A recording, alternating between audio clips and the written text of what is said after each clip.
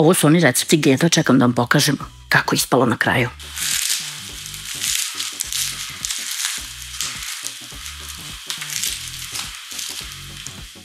Pripremu započinjemo tako što u jednu posudu sipamo 200 ml tople vode. Dodajem zatim 30 g svežeg kvasca ili 8 g suvog i 1 kašiku šećera. Zatim sve to promešam i ostavljam 10 minuta da stoji kako bi se kvasac aktivirao.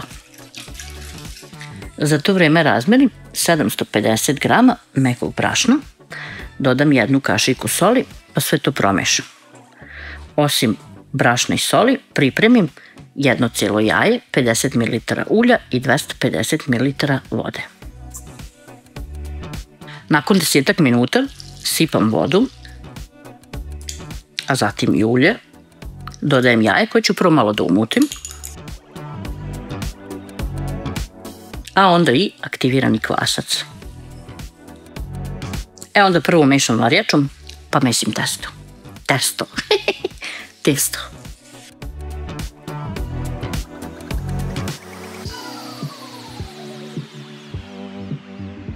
Kada se spoje svi sastojci, testo je još prilično lepljivo, pa možete da ga pospete prstohvatom 2 brašna. Skoro umešano, ali još uvijek malo lepljivo testo, prelijemo sa 20 ml ulja, okrenemo i nastavljamo da mesimo. Za mešanje ovog testa utrošila sam oko 800 g brašna. Kada testo upije skoro svo ulje, prekrijemo ga krpom i ostavljamo da ostoji 30 minuta. Nadošlo testo vadimo na brašnom posutu površinu i blago premesimo. Ukoliko se lepi, dodajte malo brašna.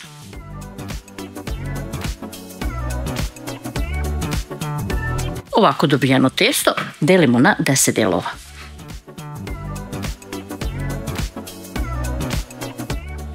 Svaki ovaj deo testa oblikujemo u lopticu.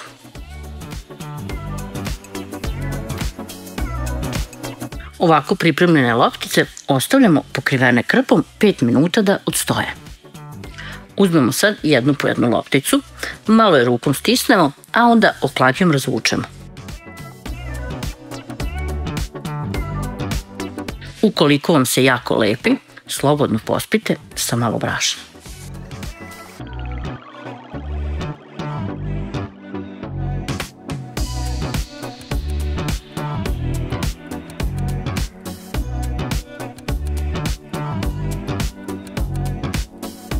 Pošto razvučete, namažete omekšalim maslacem.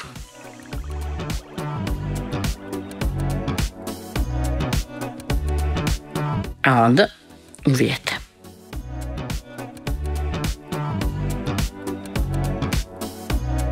Kada uvijete, ove ivice stisnete. Pa u rolnicu odložite sa strane. Uzmete ponovo lopticu testa, pa isti postupak ponavljate.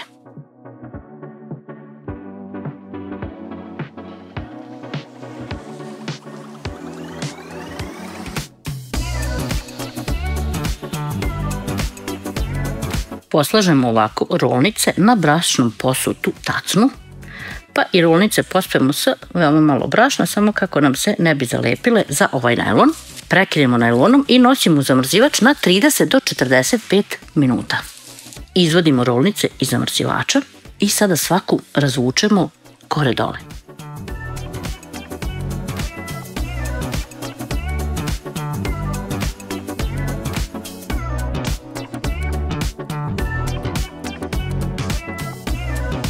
Kada razvučemo, opet je uvijemo.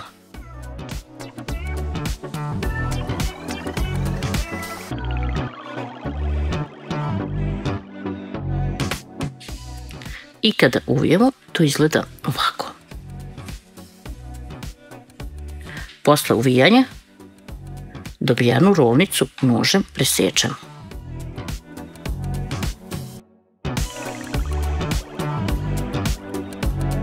Okrenemo ih ovako, malo samo rukom poravnamo i prebacimo u pleh.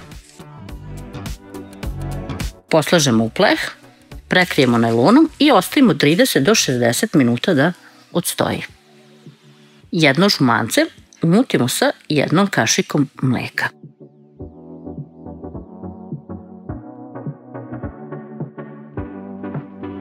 Mažemo okolo ovim žumancetom. Ovaj deo možete da radite i ne morate, po želji. Zagrejemo rednu na 200 stepeni pa ih nosimo da se peku. Pecivo se ispeklo, vreme pečenja je 25 minuta. Ukoliko želite da vam ostane hrskavo, ne možete ga ničim, a ukoliko želite da malo omekša, slobodno dok je vrelo namažite sa malo maslaca.